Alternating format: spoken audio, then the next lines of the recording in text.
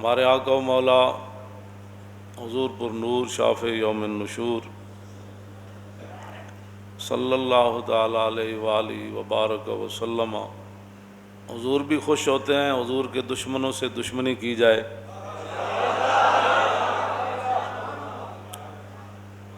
اور اللہ رب العالمین بھی یہی چاہتا ہے کہ رسول اللہ کے دشمنوں کے ساتھ دشمنی ہی نہ کی جائے بلکہ ان کی مرمت بھی کی جائے۔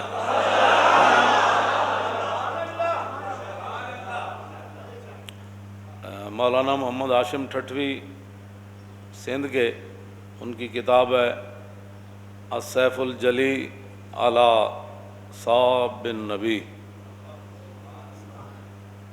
کہ کھلی تلوار اس دے سر ہوتے جڑا حضور دے خلاف گل کرے، اور یہ ہے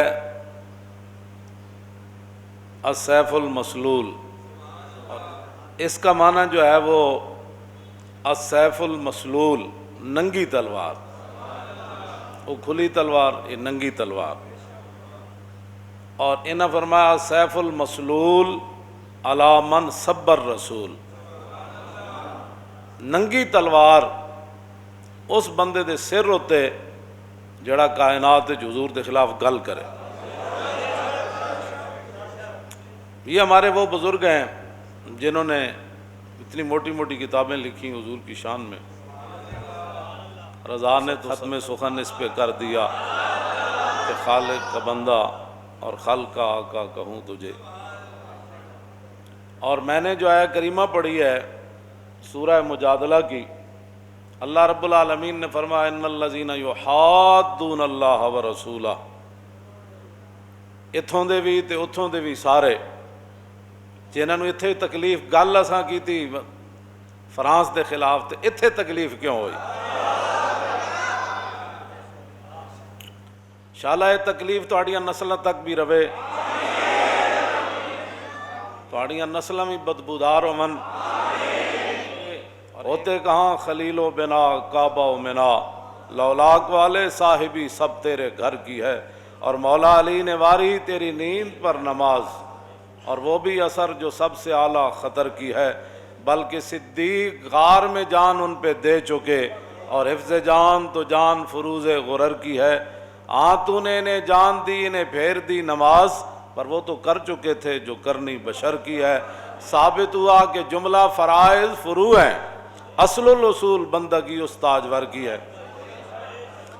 آگ جل رہی ہوئے جس دے بارے اللہ رب العالمین نے فرمایا قلنا یا نار کونی بردم و سلام علی ابراہیم، وہ آگ جل رہی ہوئے تے آگ دے شعلے بلند ہو رہے ہوں تو پرندے بھی جل جان گزر دیاں، لیکن گرگٹ دور بہ کے نبی دے بغض تے آ کے پھوک مارے، او دی پھوک نال اگ نو کچھ بھی نہیں سی ہونا، لیکن انہیں جناب ابراہیم دے بارے اپنے بغض دا اظہار کیتا۔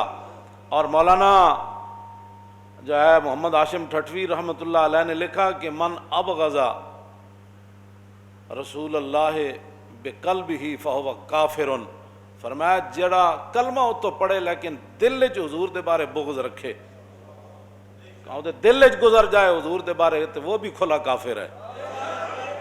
زبانی کہنا تو بڑی دور کی بات ہے نا، دل وچ تو کہ نہیں جی بالکل نہیں جی ٹھیک ہے ساری باتیں، ہم بھی عاشق رسول ہیں، لیکن تو پھر یہ لیکن کا کیا مطلب ہے؟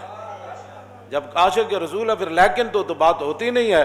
رسول اللہ نے خود فرمایا کہ جدو میری عزت دی گل آنی، اے عمیر بن عدی جدو مار کے آئے اسماء بنت مروان یہودیہ عورت نو، وہ 3 جرم کر دی سی، ایک تو یہ کہ رسول اللہ دے خلاف گلاں کر دی سی، دوسرا وطیب الاسلام، اسلام دے عیب کٹ دی سی، تیسرا وتحرض علی النبی، کہ لوگاں نو بھی کہندی سی حضور دے خلاف گل کرو۔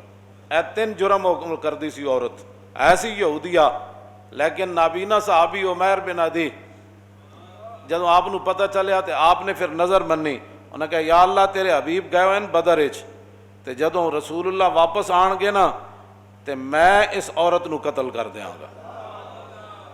اس واسطے جنہاں نو اللہ تعالیٰ نے فرمایا نا ان شر الدواب عند اللہ الصم البکم الذین، فرمایا جانوروں میں سے سب سے بدترین جانور وہ ہیں وہ کافر۔ ہاں یہ تو کہتے ہیں انسانیت کی بات کرو، میں نے کہا تھا یہ تو قرآن کہتا ہے، یہ سورہ انفال انہوں نے نصاب سے نکالی اس لیے تھی کہ اللہ رب العالمین نے فرمایا ان شر الدواب عند اللہ الصم البکم الذین لا یعقلون، فرمایا میرے حبیب سارے جانور کائنات تھے انہاں تو بدترین جانور ہووے کہ جڑا اللہ رسول دی گل سنے نہیں۔ ہاں ان شر الدواب الصم البکم، تے بہرے بھی ہیں تے نال گنگے بھی ہیں تے نال انہاں دے دماغ بھی گندن، انہاں دی سوچ ہی گندی ہو گئی۔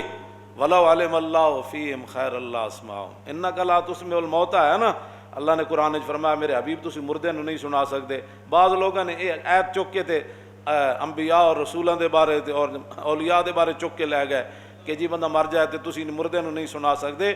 مردے تو مراد ہے کافرن، چلتے پھردے مردے جڑے۔ آگے اللہ نے کیا فرمایا، وہ اس آیت کو یہ پھر تب سمجھ آئے گی۔ اللہ نے فرمایا وَلَوْ عَلِمَ اللَّهُ فِيهِمْ خَيْرَ اللَّهِ أَسْمَعَهُمْ وَلَوْ أَسْمَعَهُمْ لَتَوَلَّوْا وَهُمْ مُعْرِضُونَ۔ اے گل ہے جڑی میں ہمیشہ کرنا کہ ساڑھے واسے چے گل نہیں ہے کہ کسی دے اندر پا دے یہ گل ناموس رسالت دی یا انہوں سمجھ آ جائے۔ فرمایا میرے حبیب جانوراں جو سب تو بھڑے جانور ہے کافرن، فرمایا اگر اللہ ان میں کوئی بہتری دیکھتا نا اپنی شان کے مطابق تو پھر اللہ آپ کی بات ان کو سنوا دیتا۔ وَلَوْ عَلِمَ اللَّهُ فِيهِمْ خَيْرَ اللَّهِ أَسْمَعَهُمْ، اگر اللہ ان میں کوئی بہتری جانتا تو پھر اللہ آپ کی بات ان کو سنوا دیتا۔ جو ساڑھی گل کسی نو کیویں سمجھ آ سکتی جی، جڑا ہووے رسول اللہ نال دشمنی رکھن والا تے ہووے یہود و نصارا دا ایجنٹ،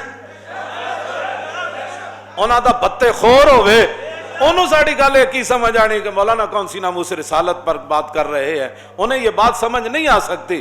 اللہ نے فرمایا وَلَوْ عَلِمَ اللَّهُ فِيهِمْ خَيْرَ اللَّهِ أَسْمَعَهُمْ وَلَوْ أَسْمَعَهُمْ لَتَوَلَّوْا وَهُمْ مُعْرِضُونَ۔ میرے حبیب ان میں کوئی خیر تو ہے نہیں، اگر کوئی خیر ہوتی تو اللہ ان کو آپ کی بات سنوا دیتا، ان کے کانوں تک چلی جاتی، ان کے دماغ تک وہ بات چلی جاتی۔ وَلَوْ أَسْمَعَهُمْ لَتَوَلَّوْا وَهُمْ مُعْرِضُونَ۔ اللہ نے فرمایا جی آپ دی گل انہوں سنا بھی دیندا تاں وی انہاں نہیں سی مننا، بس گل ختم ہو گئی۔ نہیں تینوں سمجھ آتی تو پھر ساڑھے گاٹے کیوں لگدا؟ جے نہیں سمجھ آندی تو پھر تانوں وہ تے سمجھ آ گئی، یہود و نصارہ دیاں گلاں تانوں سمجھ آ جاندیاں، گستاخان رسول دیاں آ جاندیاں، گستاخان صحابہ دیاں آ جاندیاں، اور ختم نبوت دے منکرین دیاں گلاں تانوں سمجھ آندیاں، انہاں نال تسی کھڑ کے فوٹو بھی چھکاندے ہو تو اتھے تو تانوں سب کچھ سمجھ آ جاندا۔ تے اللہ فرمایا میرے حبیب جی تے سن بھی لیندے تاں وی نہیں سی مننا۔ منوانا ساڈا کام کوئی نہیں، منوانا ساڈا کام کوئی نہیں، سمجھ آ جائے تے مغلاں دے کتے نوں بھی آ جائے، جے نہ آ جائے تے کلمہ پڑھ کے بھی نہ آوے اور اس ملک وچ بھی نہ آوے جڑا ملک بڑے ہی حضور دے نہ ہوتے ہو۔